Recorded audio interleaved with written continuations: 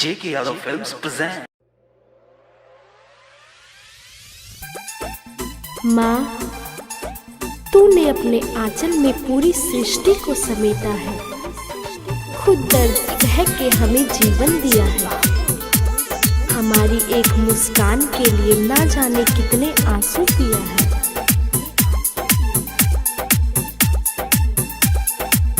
J.K. Yadav Films. हाँ हाँ, ममता के मंदिर की है तू सबसे प्यारी मूरत, सबसे प्यारी मूरत, सबसे प्यारी। हाँ हाँ, ममता के मंदिर की है तू सबसे प्यारी मूरत, सबसे प्यारी मूरत, सबसे प्यारी मूरत।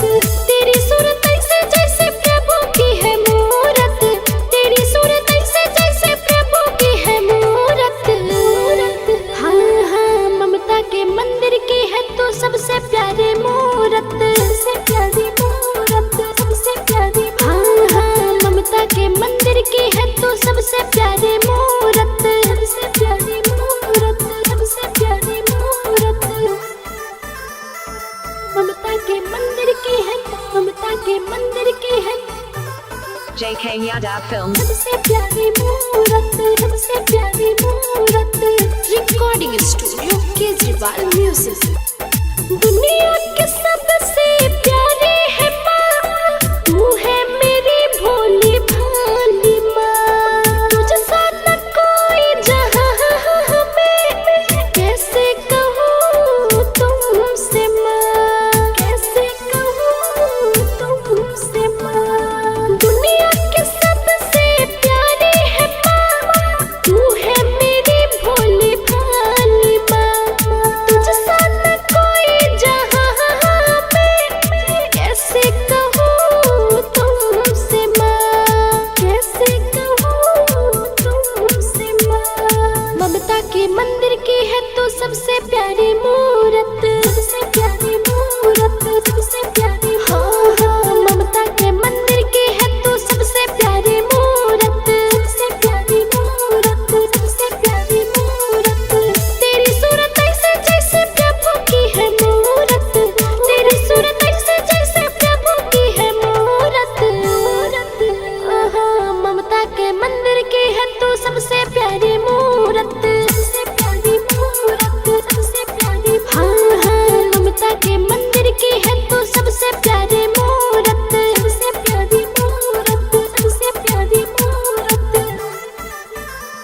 J.K. ममता Yadav के Films. मंदिर की है, ममता के मंदिर की है सबसे प्यारी मूरत, सबसे प्यारी मूरत।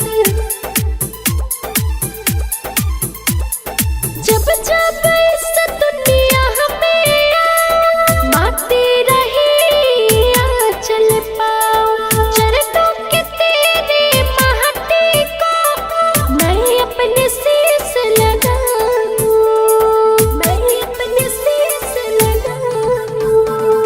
जब जब इस दुनिया में माती रही आंचल पाऊं, चरणों के तेरे माटी को मैं अपने शीश लगाऊं, मैं अपने शीश लगाऊं।